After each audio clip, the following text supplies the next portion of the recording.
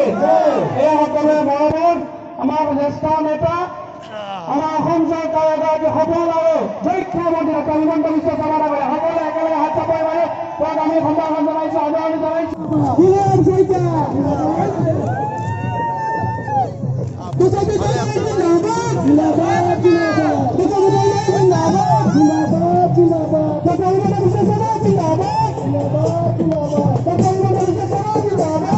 সমষ্টিৰ তথা ৰাষ্ট্ৰীয় সাধাৰণ সম্পাদক দিলীপ শইকীয়া ডাঙৰীয়া আৰু ৰাজ্যসভাৰ প্ৰাক্তন সাংসদ আটাইৰে জনপ্ৰিয় নেতা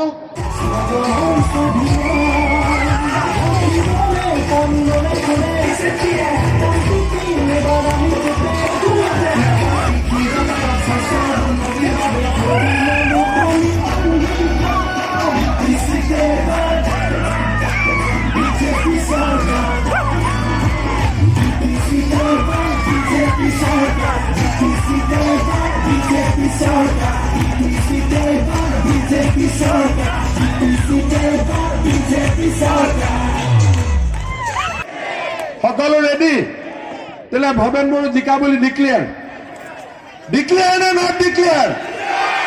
মোৰ দেউতা ককাই দি থৈ যোৱা মাটি মই কিয় বিক্ৰী কৰিব নোৱাৰো? এই বিটিচিৰ মাটি মই কিয় কিনিব নোৱাৰো? মই কিয় দ্বিতীয় শ্ৰেণীৰ নাগৰিক? মোৰ অধিকাৰ কিয় নাই?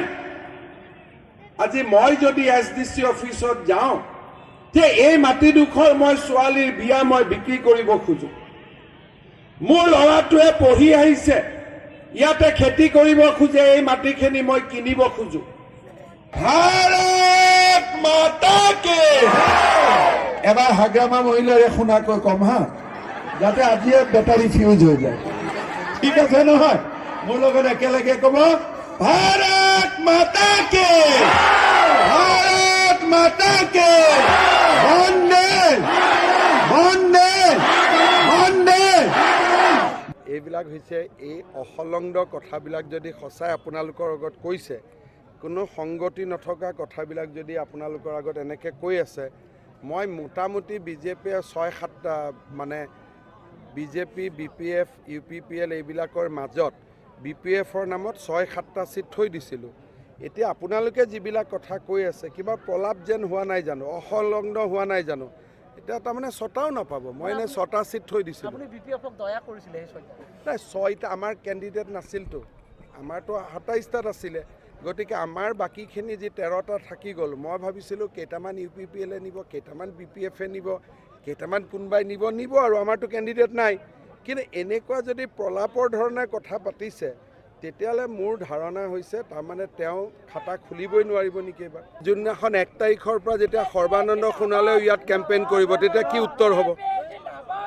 যেতিয়া ঠিক আছে, মই বাৰু আক্ৰোশমূলকভাৱে কৰিলোঁ, ৰঞ্জিত দাসে কিয় কৰিলে, দিলীপ শইকীয়াই কিয় কৰিলে? 1 তাৰিখৰ পৰাতো মুখ্যমন্ত্ৰী ডাঙৰীয়াই ইয়াত কেম্পেইন কৰিব, তেওঁ কিয় কৰিব? সেই প্ৰশ্নটো জবাব মোক দিয়কচোন। মই বাৰু আক্ৰোশ, তেতিয়াহ'লে মই অকলে অকলে ঘূৰি ফুৰিব লাগিছিল।